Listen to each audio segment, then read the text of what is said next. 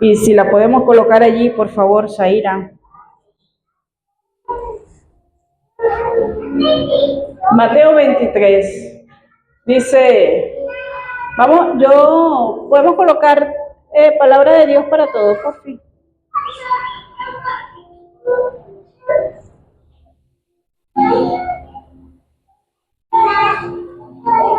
Vamos a esperar que nos cambien allí la... Ok. Cuando terminó de despedirse, Jesús subió a un monte a orar. Se hizo de noche y estaba allí solo. Vamos al 24, por fin. El bote ya estaba bien lejos de la orilla y había un viento muy fuerte que no los dejaba avanzar. Hasta el 24. Esa es palabra de Dios para todos. ¿Sí? Aquí en la versión que yo tengo, en el versículo 24, dice, la barca ya estaba bien lejos de la orilla y las olas golpeaban con dureza, porque soplaba un viento muy fuerte en su contra. Y mientras preparaba esta predicación, el Señor me decía, vientos contrarios, una oportunidad para crecer. Los vientos contrarios no son para detenernos, son para avanzar. Y quiero compartir con ustedes 5 aspectos que el Señor ministró a mi corazón grandemente. Jesús venía de multiplicar panes y peces. Venía de alimentar. Y le dice a los discípulos, vayan ustedes adelante que yo me quedo. Vayan ustedes adelante que yo paso después.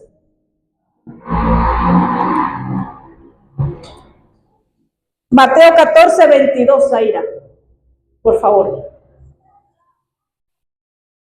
Después de esto, Jesús hizo que sus seguidores subieran al bote.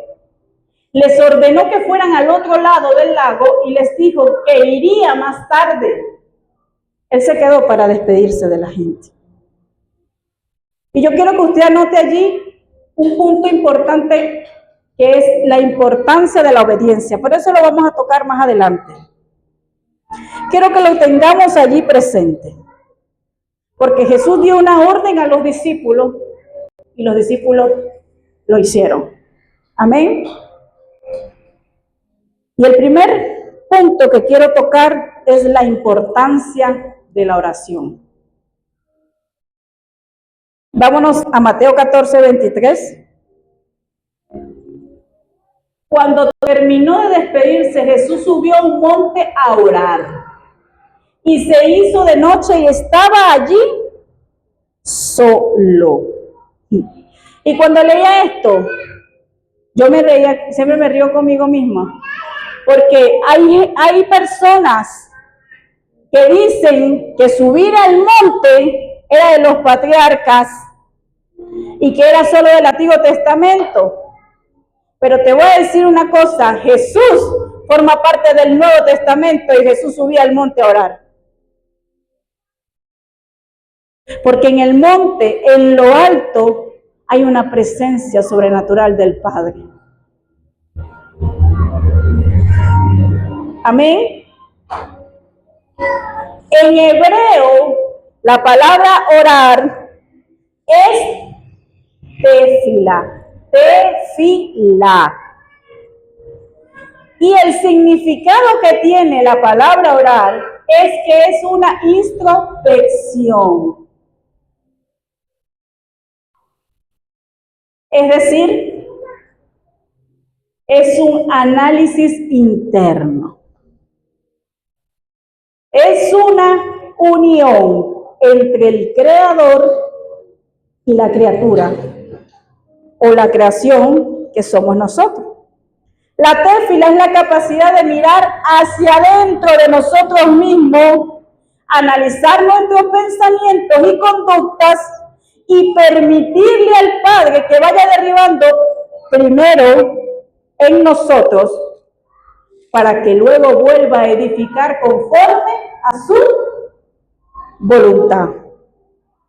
Por eso es que a veces, aunque cuando hablamos de derribar, puede sonar duro, porque derribar es destruir, derribar es golpear, pero la oración que se nos habla en el Nuevo Testamento y en el Antiguo no es una fórmula mágica para yo pedir y pedir y pedir, y pedir casa, y pedir dinero, y pedir auto, no. Es tefila.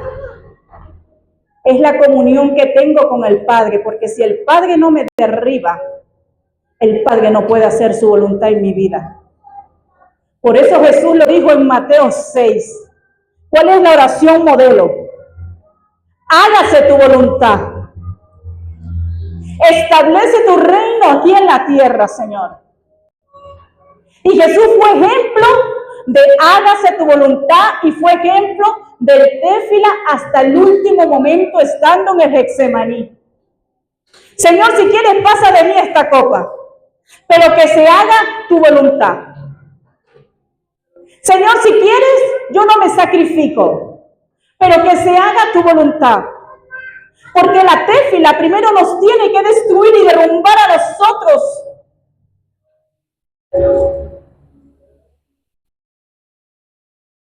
No se trata de orar y de orar. Y miren cómo nos encanta a los cristianos. Es algo con que el Señor ha trabajado en mi vida. Y sigue trabajando, hacer oraciones, y oraciones hechiceras para pedir, y oraciones contrarias. No. Y a veces le preguntamos, Señor, ¿por qué tus oraciones, mis oraciones no son respondidas? Porque no tenemos la tefila.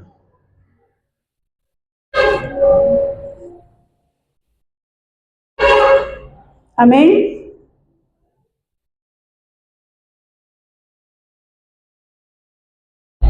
Y mientras Jesús oraba, estaba ya en su monte orando y clamando y diciéndole al Padre que lo derribara para poder cumplir la voluntad. Los discípulos se montaron en la barca e intentaban pasar al otro lado. Y digo intentaban, porque aunque la barca estaba bien lejos de la orilla, los vientos que soplaban era en contra.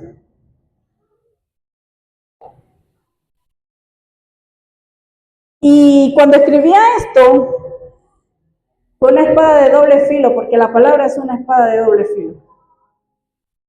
Y esto va para todos los que nos quejamos.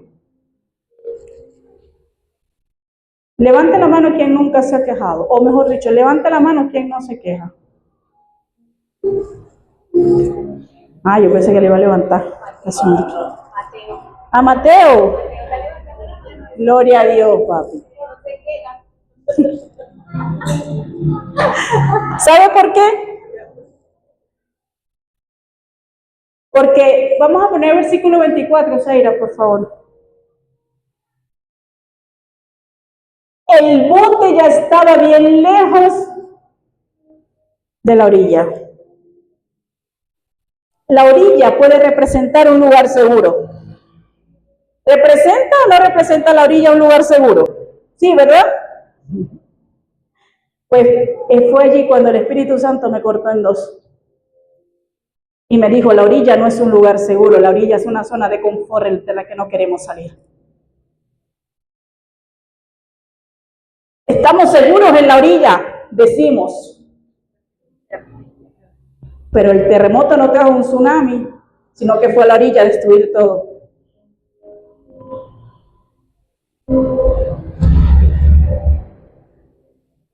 ¿Sabe por qué vienen los vientos contrarios? Porque estamos avanzando conforme a la voluntad de Dios.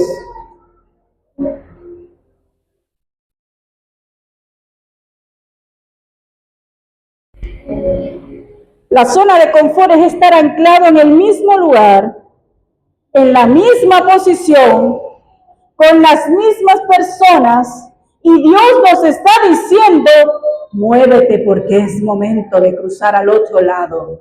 Y aquí hay jóvenes. El Señor le dice hoy, es momento de cruzar al otro lado. La orilla ya no va a representar un lugar seguro, porque cuando el Señor nos habla,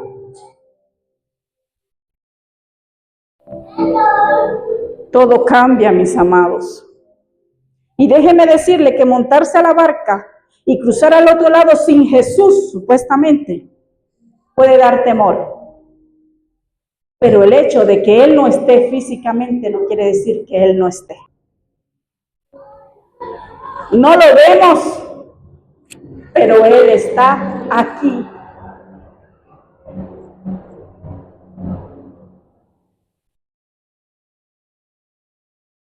Mateo 14, 25. A la madrugada Jesús llegó caminando sobre el agua. 26. Al verlo, sus seguidores se asustaron mucho y gritaban de miedo: es un fantasma. Resulta que después que Jesús ora, va para donde sus discípulos y viene caminando sobre las aguas. ¿Sabe por qué? Porque el maestro ya había hecho téfila. Y la téfila nos hace dominar. Y el maestro no solamente se dominaba a él, porque él es el rey de reyes y señor de señores, sino que el maestro lo dominaba todo y lo sigue dominando todo. Y el maestro venía como lo que es él, el rey, caminando sobre las aguas, porque dijo: allá están mis hijos, allá están mis discípulos que fueron obedientes, y yo los voy a respaldar. ¿Sabe por qué les dije que notaran la importancia de la obediencia? Porque la obediencia tiene respaldo de parte de Dios. Y se lo dice a alguien que ha desobedecido muchas veces, pero que también ha obedecido. Y aún cuando la obediencia me ha dolido, he tenido el respaldo. Y Jesús sabía que sus chiquiticos estaban en peligro. Pero cuando ellos lo vieron, lo primero que dijeron fue un fantasma. ¿Sabe por qué? Porque cuando los vientos están en contra, normalmente tendemos a colocarnos cuadrados. Cuando los vientos están en contra, estamos desgastados física, mental y a veces hasta espiritualmente. Y nos agotamos. ¿Y sabe qué pasa cuando nos agotamos? Perdemos el discernimiento. Porque ellos no podían discernir que era el rey del mundo, del universo, el que venía caminando. Ellos creían que era un fantasma. El viento contrario nos hace estar susceptibles a todo. Crea un conflicto interno en nosotros. Y creemos que todo el mundo está en nuestra contra. Y que todo es personal. Mateo 14, 27. Pero Jesús inmediatamente les dijo: tranquilos, soy yo. No tengan miedo. Soy yo.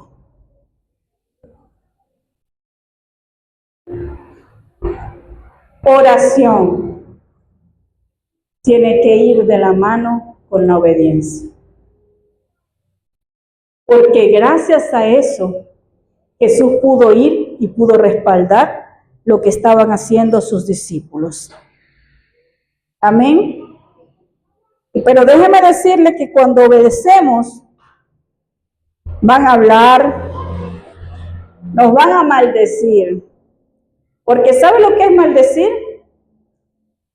Maldecir es que hablen mal de ti. Maldecir. Cuando obedecemos, a causa de la obediencia, personas se van a ir de nuestro lado. Muchas veces cuando obedecemos, la gente nos va a decir, tú estás loco, ¿cómo vas a hacer eso? ¿Y cómo tú puedes soñar eso si tú no tienes los recursos para hacerlo? Cuando obedecemos a Dios, cuando sellamos nuestros oídos a lo que dice el hombre y le decimos, aquí estoy, abre mi oído para escucharte. ¿Sabe qué pasa? El reino de Dios se establece aquí en la tierra a favor de sus hijos. Y no hay recursos, no importa, yo no necesito recursos. Yo tengo el dueño de los recursos. Y es que tú no tienes a nadie, no importa, yo no necesito a nadie. Yo tengo al creador de todos los seres. Y el Señor empieza a ubicar y empieza a conectar. Amén.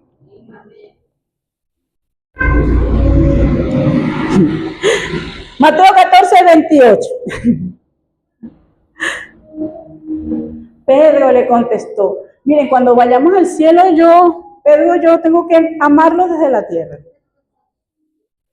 Señor, si eres tú, haz que yo vaya hacia ti caminando sobre el agua. Y Jesús le dijo, 29, por favor, ven. Pedro salió del bote, caminó sobre el agua y fue hacia donde estaba Jesús. ¿Sabe por qué? Por un segundo, o no sé cuántos segundos, Pedro pudo caminar sobre las aguas, porque estaba enfocado. Por un segundo, Pedro dejó de ver los vientos contrarios. Por un segundo, Pedro dejó de ver todo lo que venía en su contra y se enfocó en el Maestro. Porque cuando nos enfocamos en el Maestro, cuando nos enfocamos en la visión que el Maestro nos ha dado, cuando nos enfocamos en que es Él el que viene a nuestro encuentro, no hay viento contrario que valga. Porque es el Maestro. Mateo 14:30. Por favor. Pero vio que el viento era fuerte. Tuvo miedo y se empezó a hundir y gritó, Señor, sálvame. Pero vio. Pedro salió enfocado mirando a Jesucristo, pero dejó de ver a Jesús y vio la tormenta, vio los vientos que arresaban y tuvo miedo y se empezó a hundir. Señor, sálvame. Él salió enfocado, pero ¿sabe qué pasó en el camino?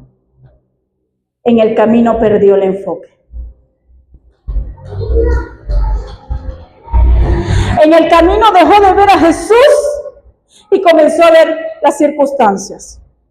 Hebreos 12:2 dice, puesto los ojos sobre Jesús, el autor y consumador de la fe, en quien la fe empieza y termina. Y somos tan emocionales, por eso la Biblia no habla de alma, habla de espíritu.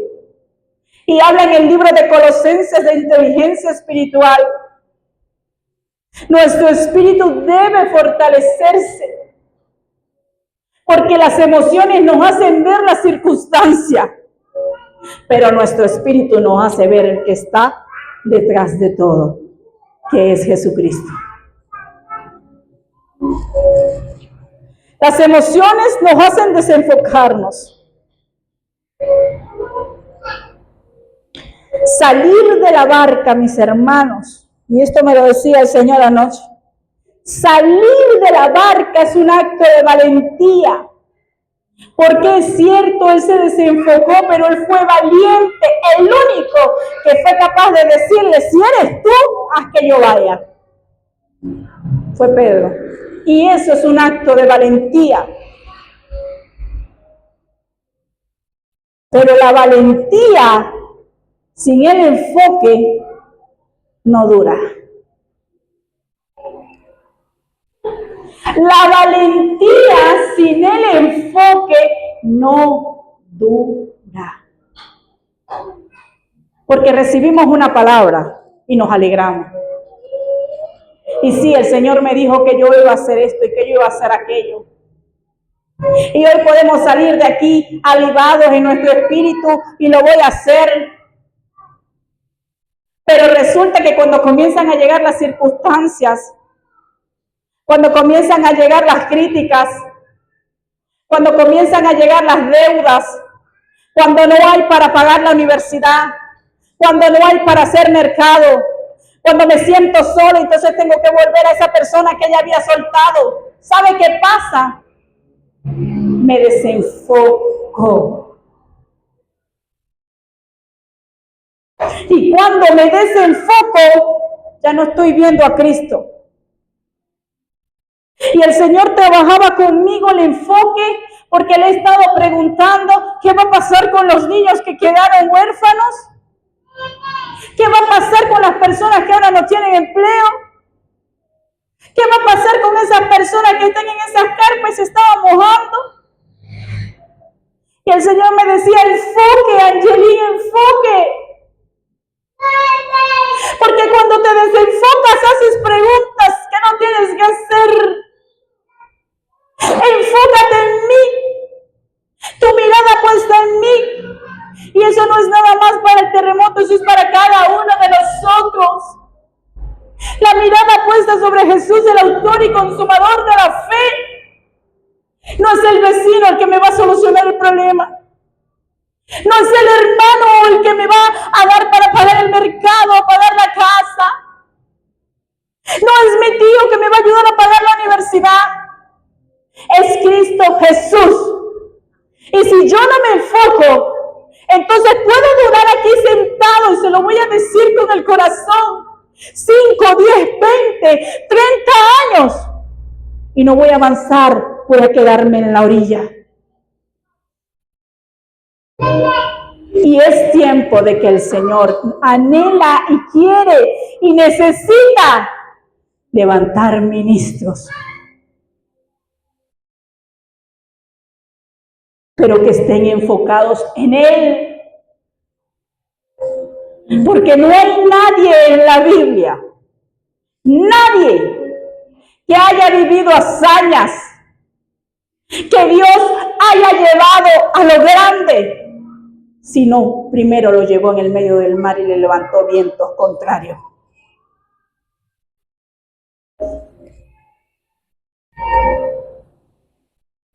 Los vientos contrarios no son para dormirnos, son para despertarnos. Son para avivar nuestro espíritu. Pero debemos estar enfocados. Mateo 14, 31. Jesús de inmediato lo tomó de la mano y le dijo, ¿tienes poca fe? ¿Por qué dudaste? Tenía fe. Jesús no le dijo, Pedro, tú no tienes fe. Jesús le dijo, tienes poca fe. ¿Por qué dudaste? Y esto me llevaba una vez más cuando los discípulos le dijeron a Jesús, Señor, aumentanos la fe. Es necesario que nuestra fe se aumente, Señor.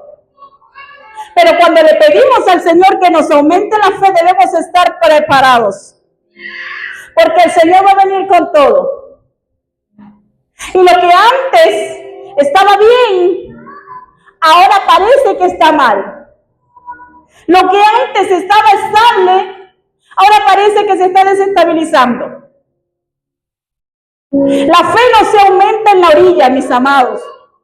La fe se aumenta en el medio del lago con las olas en contra. La fe no se aumenta cuando lo tengo todo. La fe se aumenta cuando no lo tengo nada, cuando no tengo nada. Cuando me siento y le pregunto qué voy a hacer, cómo voy a pasar esta situación, cómo voy a vivir este luto, allí nuestra fe se aumenta. ¿Queremos tener fe? Preparémonos para vivir circunstancias. Pero ¿sabe qué hace la fe? Glorifica al Hijo del Hombre. Porque Jesús le dijo, para el que cree, todo es posible. ¿Cómo va a pasar? No sé. Y le has preguntado, ¿cómo va a pasar, Señor? El cómo, te dice hoy, es de Él.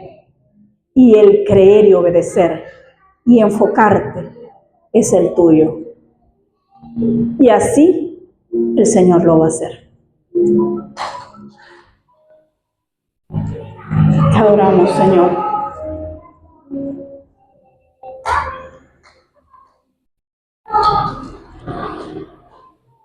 Punto número 5.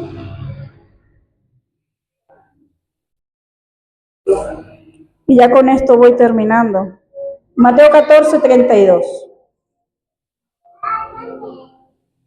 Y cuando ellos subieron al bote, el viento se calmó. 33, por favor. Los que estaban en el bote empezaron ¿a qué? Yo quiero que usted me diga, ¿qué empezaron a hacer los que estaban en el bote? Adorarlo. Oración. Va de la mano con la obediencia, con el enfoque, con la fe y con la adoración. Por eso Jesús le dijo a la samaritana, adoradores en espíritu y en verdad. Yo no estoy buscando gente que me cante. Yo no estoy buscando gente que venga a tocar los instrumentos. Yo estoy buscando adoradores en espíritu. No dijo adoradores en mente. No dijo adoradores en pensamientos. Adoradores en espíritu y en verdad, porque el Espíritu Santo es espíritu de verdad. Y me llamaba la atención porque la adoración no es dejar de hacer cosas porque no puedo hacer. Eso es un pensamiento religioso. No puedo tatuarme porque a mis pastores no les gusta. Religión. Sáquese eso de la cabeza. No puedo fornicar porque, y ya le voy a explicar por qué, no me confunda. No puedo fornicar porque, no sé, porque a Dios no le gusta. Está bien, eso está bien, pero eso es un pensamiento religioso. La adoración es dejar de hacer las cosas por amor al Señor, no por amor a nadie más. Es decir, ya no me provoca hacerlo. Una cosa es decir, yo no puedo, y otra cosa es decir, ya no me provoca. Esta carne ya no me lleva a adulterar. Esta carne ya no me lleva a fornicar. Esta carne ya no me lleva a mentir, porque soy una adoradora en espíritu y en verdad. Y el fruto del Espíritu Santo se ha manifestado en mi vida. Esa es la adoración que el Señor busca. Y cuando leemos el libro de Samuel, no se lo voy a decir ahorita, se lo dejo para luego. Vemos que cuando David fue llamado para adorar y que los demonios de Saúl se calmaran, había una serie de requisitos. David era una persona sabia al hablar, era una persona de buen corazón. Y se lo voy a dejar de tarea para que lo busque. Primera de Samuel 14 o 16 por allí. La adoración requiere requisitos. ¿Y sabe qué hace la téfila? ¿Sabe qué hace la téfila? La téfila nos derrumba para que la adoración llegue al Padre. La téfila nos permite decirle al Señor: Señor, aquí está tu hija. Señor, tu hija tiene muchas debilidades y tiene muchas fallas. Y hay cosas con las que tu hija no sabe lidiar. Pero te pido, Señor, que tú puedas derrumbarme para que lo que hay dentro de mí te agrade. Eso es adoradores en espíritu y en verdad. Una adoración genuina. Y con esto te quiero decir, iglesia, que lo que está pasando en Venezuela es el momento exacto para crecer. Y para crecer espiritualmente. Es el momento exacto para que la iglesia se levante. En medio de las profecías del desastre, como le digo yo decido creer que los vientos contrarios vienen a favorecer a Venezuela. Y se han levantado muchos profetas a decir: es que viene otro terremoto, es que el Señor me habló. Y anoche cuando yo preparaba la predicación, el Señor me decía Mateo 24, que allí estaba escrito, y ya yo lo había profetizado. Y con esto también te digo que nosotros, el cuerpo de Cristo, debemos parar, porque lo que ocurrió el 24 de junio fue a causa de la idolatría. Vamos a parar, como dicen los jóvenes, vamos a parar el hate. Porque la idolatría no viene desde ahorita, viene desde la creación del mundo, desde que Adán y Eva pecaron, porque ellos idolatraron el pecado. Y aún así Dios ha tenido misericordia de nosotros. ¿Sabe por qué pasó lo que pasó? Por la desobediencia, Gabriel. Porque es peor la desobediencia que la misma idolatría. ¿Sabe por qué? Porque nosotros, los hijos de Dios, somos los primeros idólatras. Y la gracia del Señor nos ha sustentado. Pastora, no me diga idólatra, somos idólatras, idolatramos a nuestros hijos. Idolatramos a nuestros padres. Idolatramos nuestro ministerio. Idolatramos nuestro trabajo, idolatramos la cuenta bancaria, idolatramos el dinero. Somos igual de idólatras. Pero la gracia, que es el favor no merecido, aún nos mantiene en pie. ¿Sabe por qué ocurrió lo del 24 de junio? Por la desobediencia. Una falla que conecta Boconó con San Sebastián, que va a parar directamente a Caraballeda. Suelos que no le hicieron nada para construir, porque se puede edificar si antes tienen un trabajo, pero no lo hicieron. Construyeron encima de la arena. ¿Dice o no dice la palabra que el que construye en la arena es necio? Fue nuestra desobediencia, ha sido nuestra desobediencia. Por eso le dije, anote la importancia de la obediencia. Ha sido consecuencia de lo que nosotros mismos hemos sembrado. Y yo decido creer que Venezuela se va a levantar. Yo decido creer que la profecía de Isaías 60:10,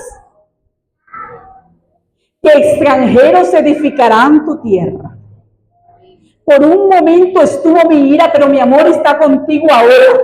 Es lo que viene para este país. Yo decido creer, en medio del desastre, que todo esto es para que los corazones se aviven. Y para que el remanente de Cristo, que hoy estamos dormidos, nos levantemos y despertemos. Porque la palabra dice, despiértate tú que duermes.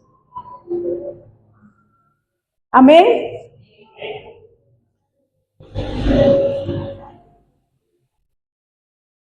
Creo en la reconstrucción. Pero para que haya una reconstrucción general, ¿qué tiene que haber primero?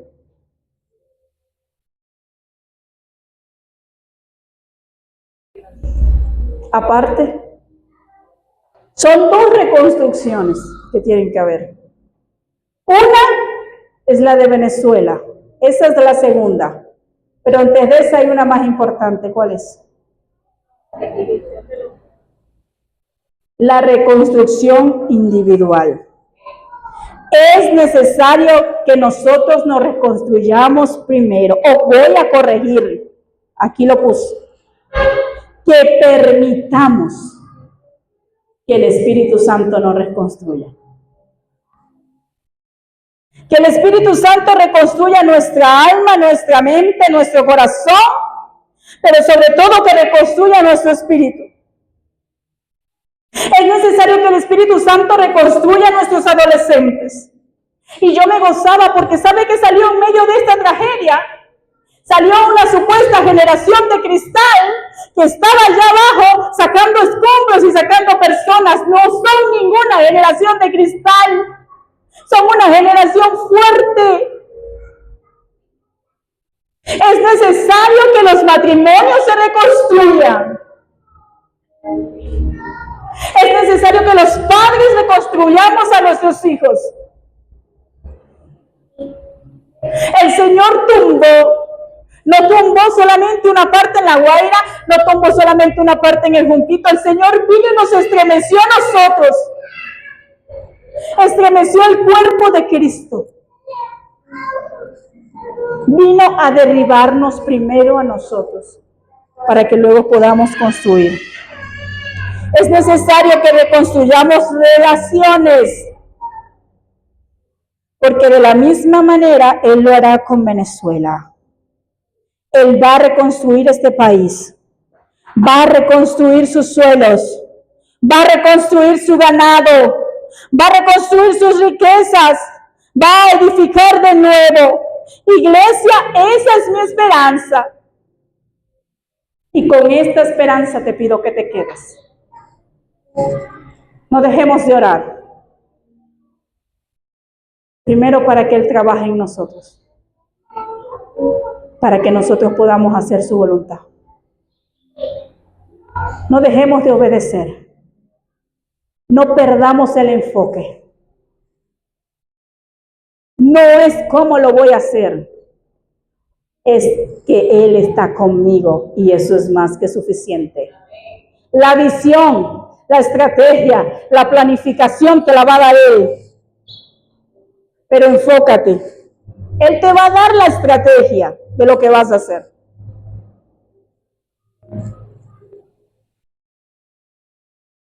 No perdamos la fe. No perdamos la fe. Y sobre todo no dejemos de adorarlo. Porque en la adoración hay victoria. Amén. Yo te invito a que te pongas sobre tus pies.